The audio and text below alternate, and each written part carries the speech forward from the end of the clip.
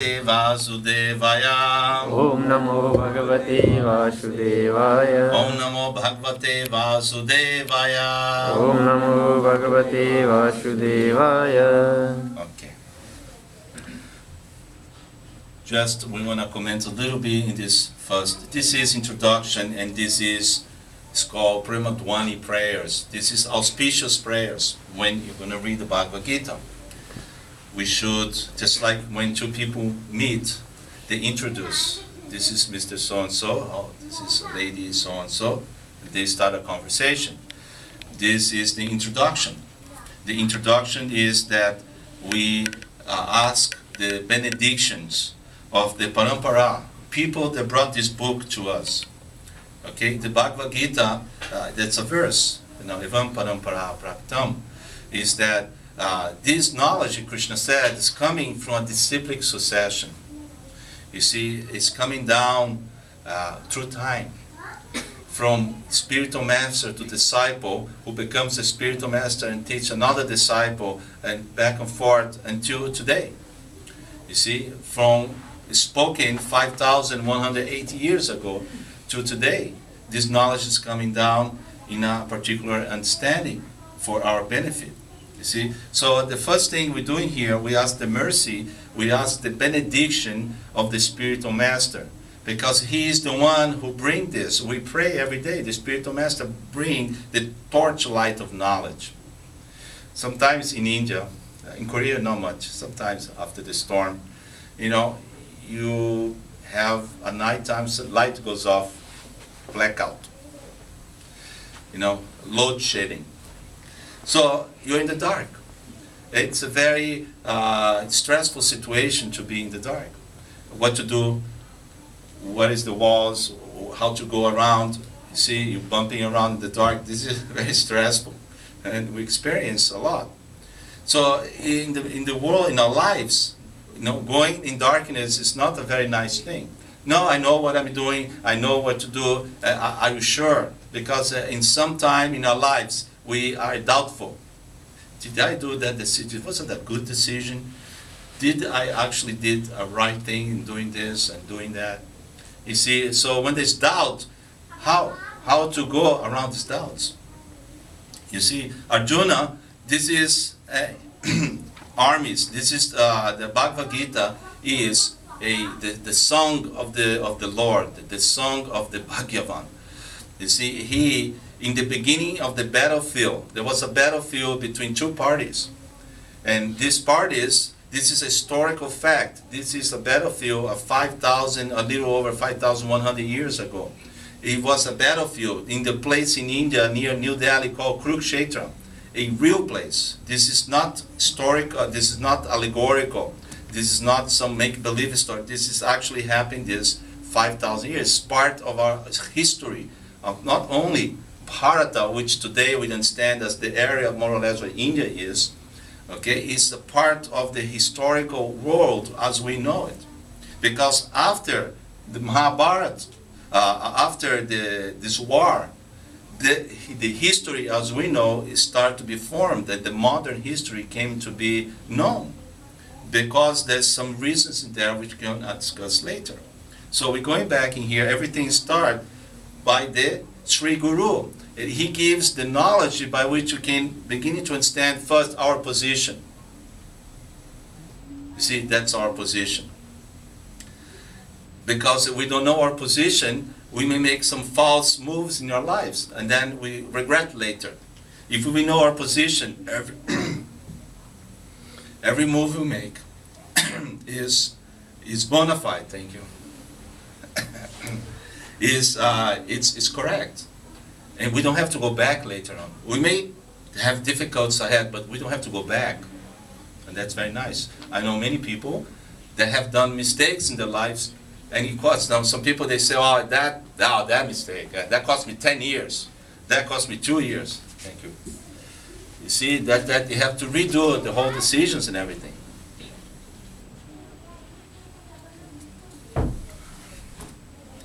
So, the benefit of having knowledge is to understand how to act in a certain way that you don't have to waste your precious time of the human form of life. So, in this first verse, Onagyanati Mirandasya, it said, I was born in the darkest ignorance, and my spiritual master opened my eyes with the torch of knowledge. So I offer my respectful obeisances to him. So we here, by invoking the auspiciousness of Sri Guru, our study can be imbued with potence. Because we can have a book, and if there is the teacher, even a medical book, a lawyer book, any kind of book, if the teacher is not there, your knowledge, there's no potence. You read all these things, and what does that mean? What about this? How they go together like this? You see, you need a teacher. In spiritual life, you need Sri Guru to enlighten you, so your knowledge you read becomes potent. Potent means there's potence. It can be transformed into action that is auspicious for your life. That means what is potent. You see, it transforms your life. Otherwise, you're reading, blah, blah, blah. Oh, nice, historical book. Oh, this Krishna, very nice. Oh, look at that one. And what is the good for you? So this is the potence of Sri Guru and Parampara system. Vandeyam, Sri Guru. We give then our obeisances, our respects to the 6 Goswamis. That they, this book is the way it is for a reason. They came into us, and Prabhupada gave the purport so we could understand. But the purport is the combination of the purports of previous spiritual master coming from the time of Lord Chaitanya.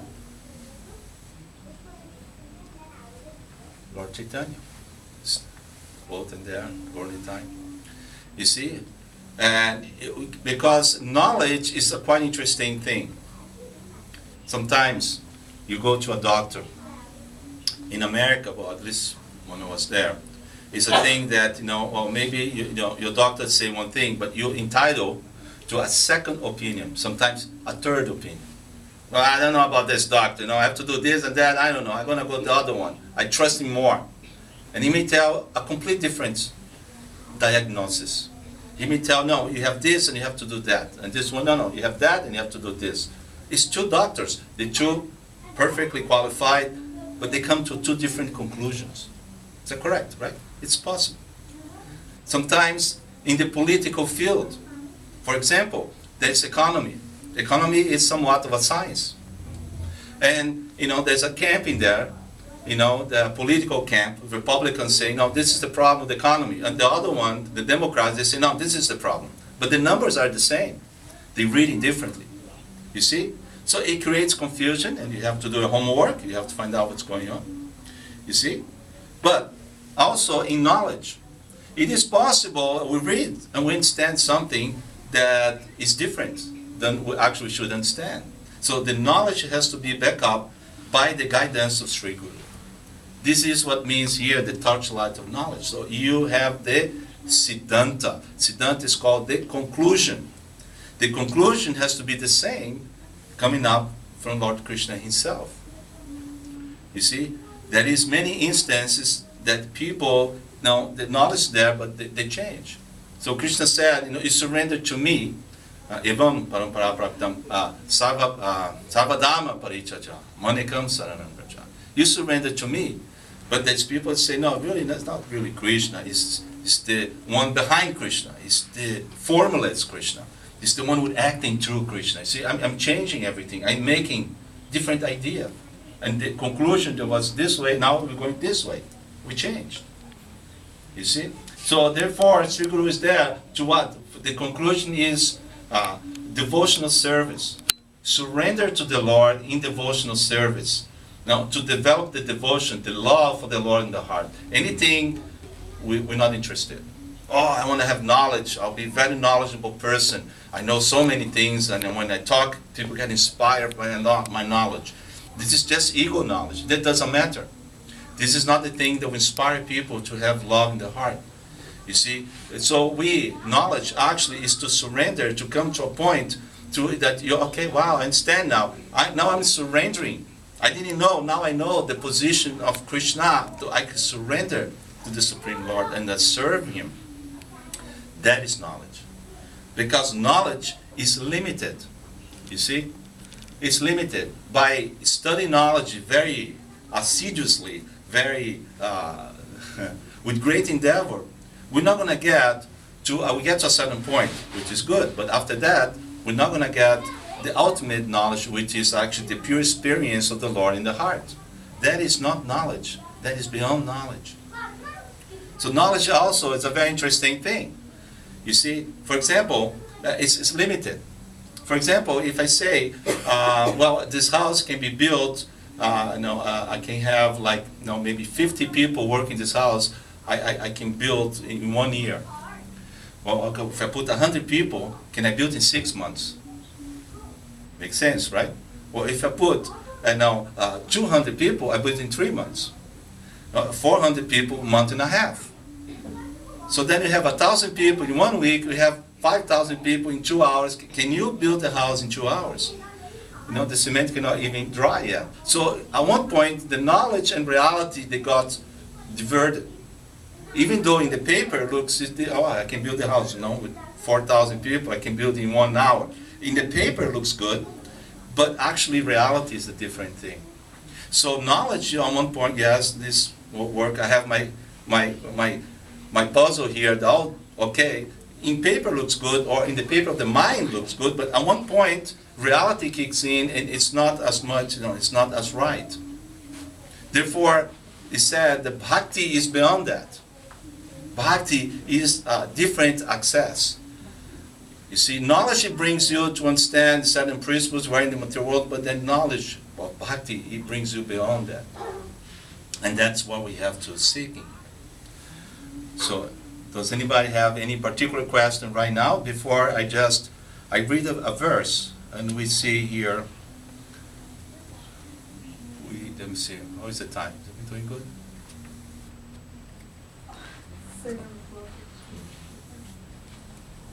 Prabhuji, I have one question. Yes. It's not exactly a question.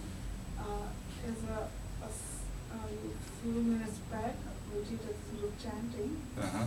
And before we used to do this group chanting. Again, on request of some devotee, again we started. And some people, they complain that it's a kind of wasting of time.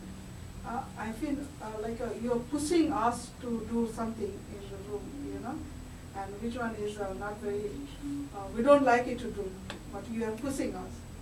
So I think they are saying those such things because they are not aware of this, what is the Maha-Mantra, and why it is very important, and what is the benefit of this Maha-Mantra. If you explain once again, I think okay. It's very benefit for everybody. They should understand okay. what is important.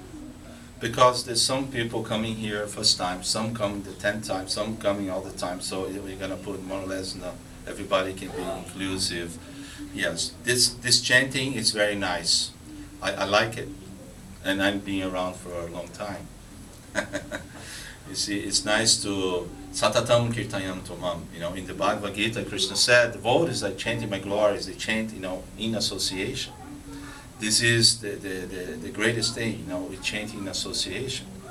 We can do our personal chanting at home, and we do it in devotees, and that's nice. I think Sunday, that's the only time you do it, right? And so we all come Sunday, we chant one round together. I think it's great. It's great that older devotees are doing. And it's great that first-time devotees are doing that never experienced chanting the holy name. You say, wow, what is this? How that works? And then it's the first time they're chanting. I remember the first time they told me to chant, there was a pleasurable experience, even though I was a little surprised when I chanted 108. They said, now you have to do it 16 times. I said, what? So it was, but it was a pleasant experience. You see, and then it's like the introduction of the holy name, which is part of what we do. So, but we can make a caveat, means we can say that those who don't want to chant or feel like not chanting, they can go and do something else somewhere else. And this is what we can do. You go in that room, there's something you can do there, you can do a bhajan there, or you can just, wait outside, and when you finish in 10 minutes, like that. So in this way, we're not forcing anybody, but this is one of the temple programs. We have Tulsi Puja, we're not forcing anybody to have Tulsi Puja, but it is there. And I think it's a great part of what we do together. And this is what the potence comes. It becomes stronger when you do in association devotees. It's like one straw you can break, right? But many straws, it's very hard to break. So it becomes very strong by that association. Now, the holy name, the chanting. What is this chanting? Because they even call us the Hare Krishnas, because it comes from the chanting Hare Krishna. The holy name is this, okay, in a simple way. The Lord appears, and He appears from time to time. Just like your boss appears at the office every 9 o'clock. And at 12 he disappears. Where you go? You went to lunch. He appears again at 2 o'clock. You see, He has schedules. At Sunday He doesn't appear. On Saturday He appears only at 12, check things, and then He goes home. You see, He has a schedule.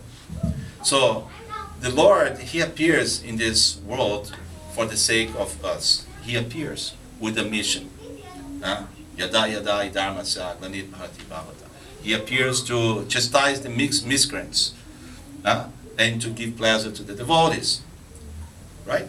So like if there's a party downstairs, make a lot of noise and big disco dance and everything, nobody can sleep. What they do, they call the police. And they come there, they stop that party. Hey, everybody go. Somebody go in jail, somebody this, that. So similarly, when the party in this material world, this earth, planet, is too loud, and people are losing control of religiosity, the Lord appears to correct that imbalance. Because people, the devotees, see, when there's a party here, it's called the material affection, the devotees suffer. People don't follow the rules anymore. People don't follow religiosity, they don't follow dharma. People that are nice in the heart, they suffer. And they're praying, please, somebody do something. So that's the Lord appears. He comes to correct. So He comes in different times of our creation for different purposes. In Kali Yuga, this age we live in now is considered the age of iron.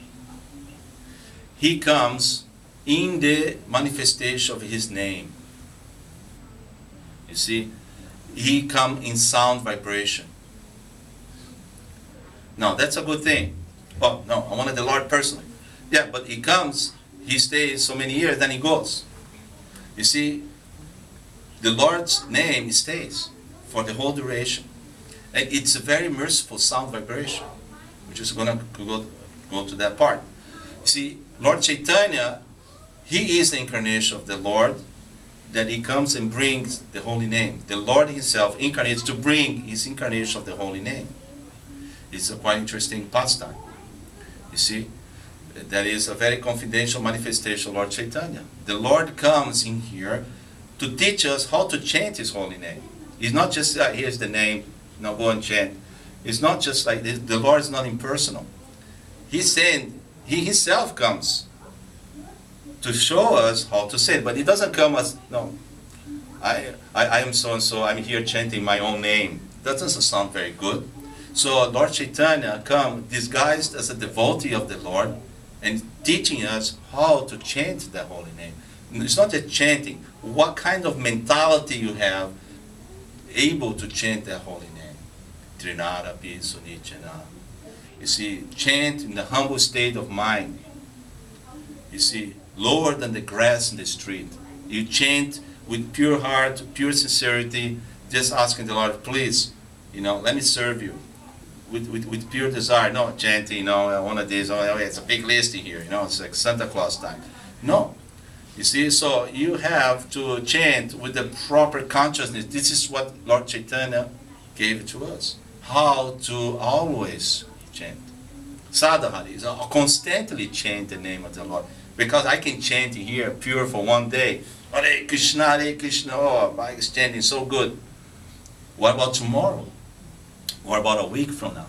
What about 10 years from now? You see, would I be chanting still? Or, no, that was a phase. This is not a phase, this is the real thing. Okay? So how to constantly chant? And this is the science that Lord Chaitanya gave it to us, and it's being protected by all the parampara, all the great sages that come before Prabhupada, and then gave it to us. That's why we chant those prayers in the beginning. We ask their auspiciousness so we can chant all the time with the proper mentality. Now the holy name is quite interesting. This is quite interesting. I remember when I grew up in Brazil, in Catholic school. It's called Archdiocesan, a Jesuit school, very strict. I remember they used to have catechism school, catechism class. And we used to learn at that time, I remember, the Lord is all-powerful. The Lord is, He knows everything. You see, so what actually means, actually, the Lord is all-powerful? What that means? You see, it means something quite interesting. According to the Vedas, everything related to the Lord has the same power of the Lord. You see? So it's not just the Lord is alone, the associates of the Lord's holy name, the remnants of the food the Lord's eat, those are very powerful. They're as good as the Lord. See, his dress, his flute, his associates, they all have great power as the Lord Himself. So everything associated with the Lord is very powerful. That's why with the temple, we can see the form of the Lord is very powerful. He purifies the eyes. The sound of this holy name, you see, it's the Lord Himself. You see, and this is what we have to remember. In the material world, everything is relative. So if I'm thirsty and I chant water, water, water, my thirst is not satisfied. I need substance water. I need the water, actually water. And there's different names for this water here, but I need the substance. If you allow me. Perfect. You see, this is in the material world, but in the spiritual world, the Lord and His name is the same. So if you say the name of the Lord is there. He's personally present there. Not like water. Unless I have the water, I'm satisfied. Just saying the name of the water, the name and the substance are different. You see? So, if we chant the name, the sound vibration, Hare Krishna, Krishna Krishna, Hare Hare, Hare Rama, Rama Rama, Hare Hare, the Lord is personally present in there. I'm doing that every day. I don't see the Lord. Sure. The question is, do you have the eyes to see the Lord? Because it's not just you want the Lord. Excuse me, Lord, what is it? Kotai. It doesn't work like that. Because right now, there is many things that are in this room you cannot see. No, not the ghosts and everything. We're not talking about that. There is, all kinds of TV signals in there. You need the television. You can capture this. They are going on in this. No, these TV's images bring images from different countries and different things, and that's different channels around there. You can capture in the little TV. You can capture, audio waves from the radio. You have a radio, you can hear right here in this room, but we cannot see right now. We cannot hear them right now. You see? But they are there. So similarly, the Lord is there, but we don't have the capacity to see Him. And this is the whole point. We're sitting here, hearing this, kata, this talk, and following the process. So we are prepared to see this. We are preparing to see. Just like teaching. What is teaching? You teach a child to see things in a certain perspective. Now I can see. That's what they say, right? Yeah, now I can see. Because Ernst was there, but you could not see. But a teacher come in and told them, this is how you see. This is the perspective. Oh, now I can see. And that's how we see everything. Because an architect was not born an architect. a good cook was not born as a good cook. A mathematician, an IT engineer, people learn those things, and somebody taught them those things. You see? So similarly, we learn how to see the Lord. And one of the help is association of Vaishnavas, that's how we chant together. The other one is to fully chant the holy name of the Lord with the full faith. This is not just a ritual, just a mantra. This is called the Maha-Mantra. You see? This is it. This is the sound vibration. That's all you need. Now, there's another thing in this sound vibration, and that will be a very good news for all of us. This sound vibration, it's amazing what you can do with sound. They have now sound that you can transmit a lot of information, just like a cable, for a computer, all these things. Anyways, like microwave, all these things. So sound is like, in this Hare Krishna mantra, it's like a DNA. DNA is very small, very small. It's one of the smallest things inside the cell. But that one little change you're doing there, maybe another arm come up your back, maybe two heads, who knows? It's the outside, manifestation is very big. So the Maha-Mantra, it's like a DNA sound. Whatever you need for a spiritual life, he develops and brings you what that part you need. Oh, I need knowledge. You become knowledgeable. Oh, I need some mystical experience. He brings to you. Or I need even a job. He may bring a job because you need economic stability to actually, be able to be peaceful enough so you can chant more Hare Krishna. You see? But this is not to be used as an economic development thing. But it brings whatever you need. It manifests it in your life. That powerful it is. And if you need understanding, you bring it to you. If you need, deeper knowledge, you bring it to you. You bring whatever is necessary. And that is all in this chanting. That's why it's such an amazing thing. And if you do it together, you not only purify your heart, you purify the whole environment you live in. Now we talk about some serious global positioning here. You purify the earth. There is people walking the street, they have thoughts. Thoughts are like a electrical cloud that, has electricity. Your brains are like, it has electricity in there going.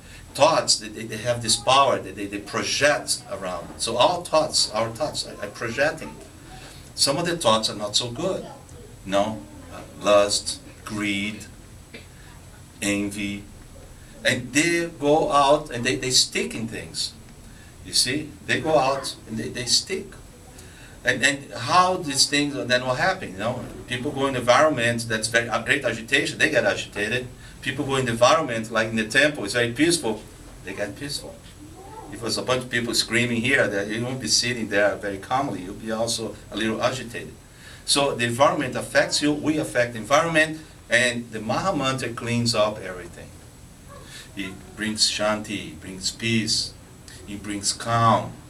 Because calm, not for the sake, I just want to be peaceful. No, I want to be peaceful so I can chant. And the chanting is the reason you want it to be peaceful, not you want to be peaceful because I want to be peaceful. The chanting is the peaceful thing. So we not only are purifying our hearts, by chanting, we're the greatest volunteers of the whole world. We're purifying the atmosphere. All these thoughts of greed, envy, lust, all these things that we see in the society nowadays, by chanting with association, we are cleaning this up, and people become more perceptive of these things. They become perceptive. Oh yes, I'm thinking, I want to make some step, I will be a vegetarian now. Oh, I'm going to stop smoking. The strength to do all these things start manifesting in the society in general. Okay? So I remember, in the 50s, the 60s, smoking was very glamorous. See, that's the thing that Kali Yuga does. You see, they take something very degrading and they make it glamorous. Not only people are doing, they're doing with the style. And it shows up, in advertisement, everything. Oh, you want to be cool? This is how you be cool. They have a bottle of whiskey or a cigarette in the hand or something like that. They make glamorous, the most disgusting thing. You see? So to purify this, to have the strength to see through this, is the chanting. We all do it together. It's called the Harinam. See, when you go chant in the streets, we purify the streets. And the holy name is not a material sound. It goes and it never stops. It never stops. There's nothing material. The sound, the part of my lungs vibrating through my vocal cords, that part maybe people can hear. Outside the street they cannot hear. But when I say Hare Krishna, there is a part of it that keeps going and never stops. You see? Because it has a transcendental effect. Which means it's not affected by any material obstruction. So chanting purifies not only our lives, it purifies the environment we are in. So it is the greatest benediction of humanity. That's what we have in here in the prayer or Shikshastika prayer by Lord Chaitanya. This is the greatest auspiciousness for humanity at large. It's like the cooling rays of the moon. And the word's hot now. It's so much passion, so much economic development. And how to cool this is by the chanting of the holy name. That people can cool down and see that all the things are important. Okay? So it is possible, and we should do it. And we do it, the benefit, we're all going to reap that benefit. Personally, and also in the environment we are there. So thank you for coming here. There's anybody has some questions that you cannot sleep tonight?